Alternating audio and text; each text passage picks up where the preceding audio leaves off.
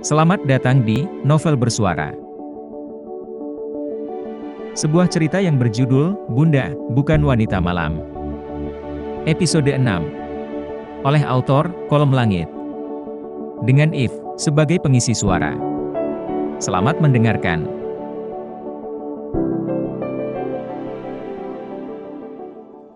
Bunda. Suara panggilan lemah membuat Via berbalik saat berada di ambang pintu. Ia menatap putri kecilnya yang sedang terbaring. Lalu melangkah mendekat dan duduk di bibir tempat tidur. Tangan membelai lembut wajah mungil gadis kecil itu dengan senyuman tulus seorang ibu. Kenapa sayang? Bunda dari mana? Tadi Lila cali-cali Bunda gak ada. Suara cadel menggemaskan yang selalu menjadi alasan bagi Via untuk bahagia. Mata yang sayu, wajah pucat dan bibir kering. Tubuh lemas gadis kecil itu bahkan tak membuat semangat hidupnya berkurang. Dan mendengar panggilan Bunda dari bibir Lila saja membuat Via menemukan semangat hidup. Bunda kan cuma keluar sebentar. Lila tidak menangis kan? Tanya Via diikuti anggukan pelan oleh Lila. Lila kan kuat Bunda, gak boleh nangis-nangis. Nanti Bunda sedih kalau Lila nangis. Ucapnya sambil tersenyum. Via menyembunyikan air matanya. Semangat Lila dalam melawan sakitnya menjadi kekuatan baginya untuk berjuang. Jangan menangis Via, Lila saja tidak menangis. Via berusaha menguatkan hatinya yang rapuh. Wanita itu melirik jam di dinding yang masih menunjukkan pukul 3 dini hari. Sambil tersenyum ia mengusap wajah gadis kecil itu.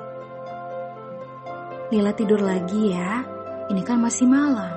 Lihat, di luar masih gelap.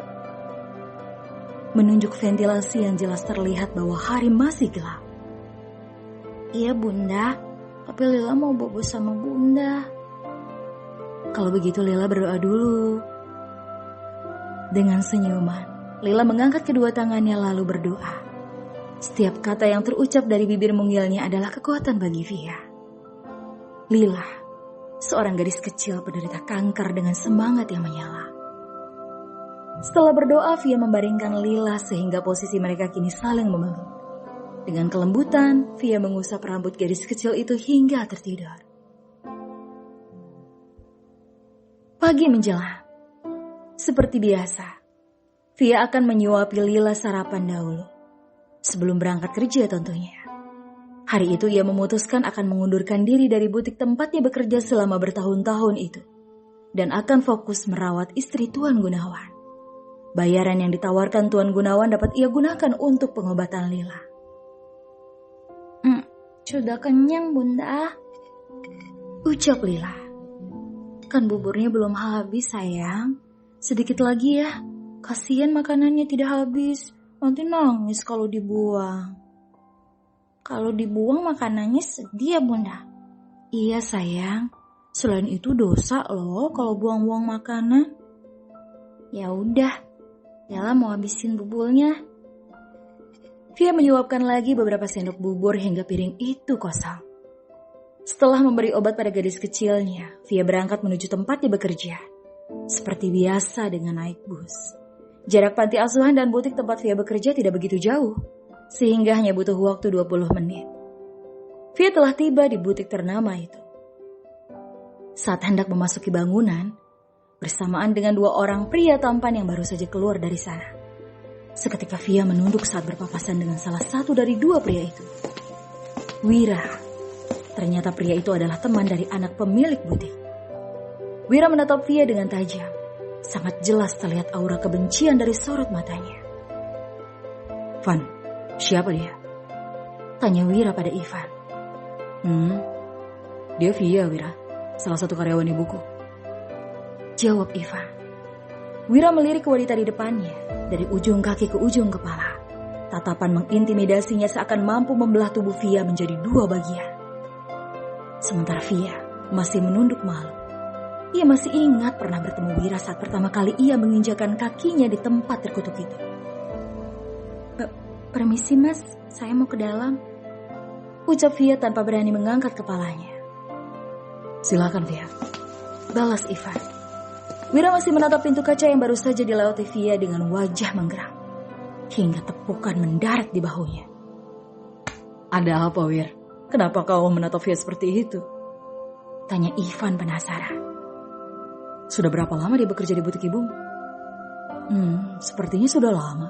Aku juga tidak begitu mengenalnya. Kau tahu kan, aku baru pulang dari luar negeri beberapa bulan ini.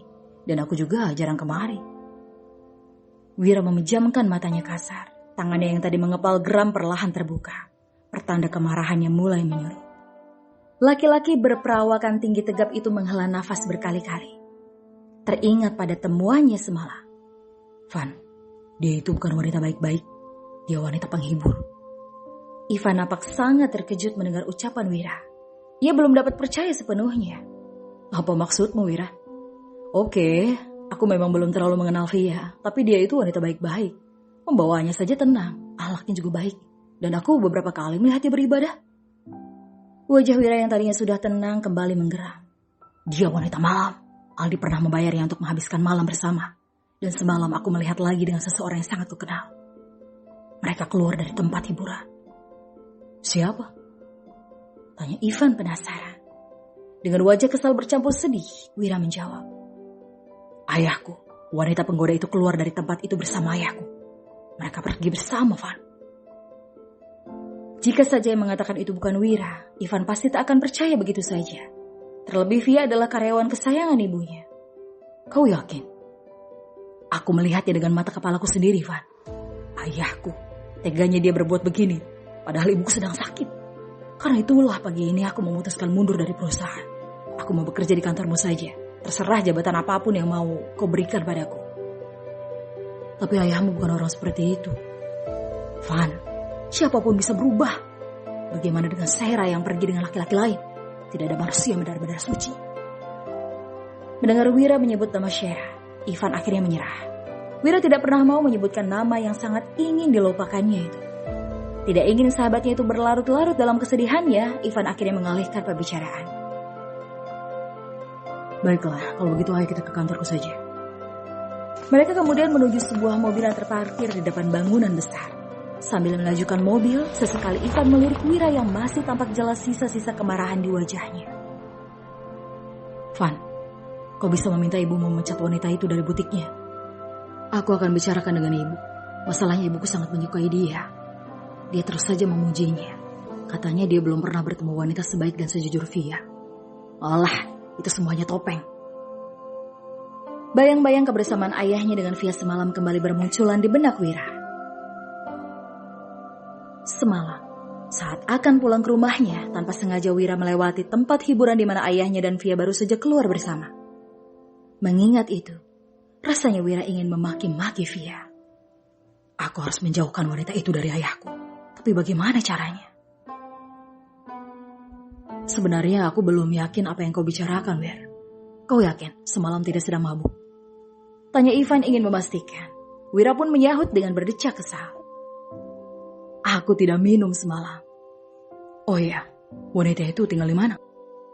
Aku tidak tahu di mana persisnya, tapi yang aku tahu dia tinggal di panti asuhan. Bersambung.